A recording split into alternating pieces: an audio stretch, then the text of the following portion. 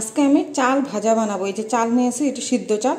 এখানে আছে কাঁচা বাদাম, এখানে আছে সাদা লবণ, এখানে আছে বিট লবণ, আর আছে শুকনো লঙ্কা, আর এখানে আছে কারি পাত্তা। আমি চালটা ভালো করে এখন ধুয়ে নেব। এই যে দেখেন চালটা আমি ভালো করে ধুয়ে নিয়েছি। ধুয়ের মধ্যে আমি এখন থালাটার মধ্যে দিয়ে দিচ্ছি, দিয়ে ছড়িয়ে দেব। ছড়িয়ে ভালো করে শুকিয়ে নেব আধা ঘন্টার মধ্যে। এই যে দেখেন আধা ঘন্টা পরে আসছি আমরা। এই যে দেখেন কি সুন্দর শুকিয়ে গেছে চালগুলো। এখন এই চালের মধ্যে আমি দিব একটু রিফাইন তেল। এই যে অল্প একটু তেল দিয়েছি। তেলটা দিয়ে মেখে নেব চালগুলো।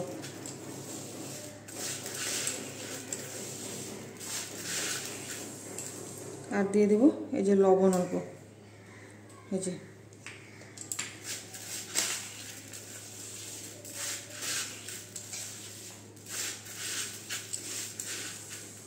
তেল আর লবণ আমাদের মাখা হয়ে গেছে। এখন আমি চালটা কিভাবে ভাজবো সেটা আপনাদেরকে দেখিয়ে দিচ্ছি।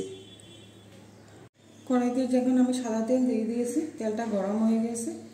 এর মধ্যে আমি এখন দেখেন এইভাবে বাদামগুলো ভেজে নেব।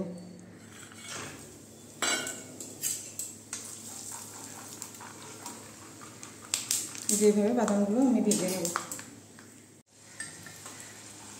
এই যে দেখেন বাদামগুলো আমাদের ভাজা হয়ে গিয়েছে। আমি এখন এই যে বাদামগুলোকে নামিয়ে দিচ্ছি।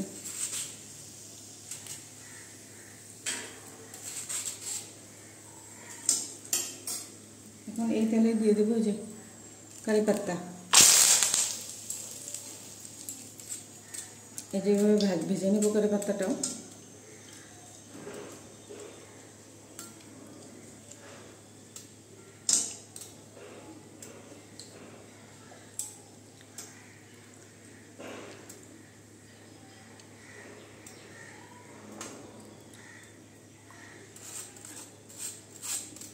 কারি পাত্তা আমাদের ভাজা হয়ে গিয়েছে।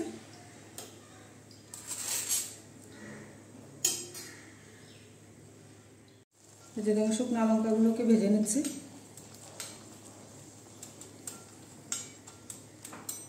শুকনো লঙ্কা ভাজা হয়ে গেছে আমাদের, উঠিয়ে নিচ্ছি। এখন দিয়ে দেব এই যে মেখে রাখা চালগুলো।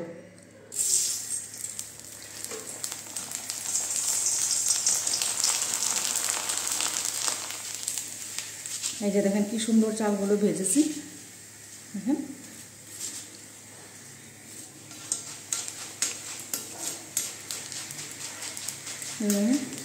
হয়ে গেছে আমাদের ভাজা চালটা। এখন আমি তুলে দিচ্ছি। দেখেন এই একইভাবে আবার দিয়ে দেবো আমি চালগুলো। এই যে সবগুলো চাল আমি এইভাবেই ভেজে নেব। এই যে দেখুন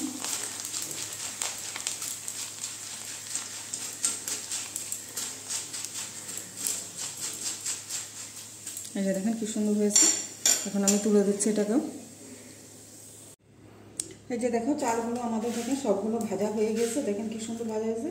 এটার মধ্যে এই যে কারি পাত্তা ভাজাগুলো দিচ্ছি। এই যে শুকনো লঙ্কাগুলো দিচ্ছি এভাবে। এই যে ভেজে রাখা বাদামটাও দিয়ে দিচ্ছি। দিয়ে এই যে অল্প একটু বিট লবণ দিয়ে দেব। দিয়ে একটু ভালো করে মেখে নেব।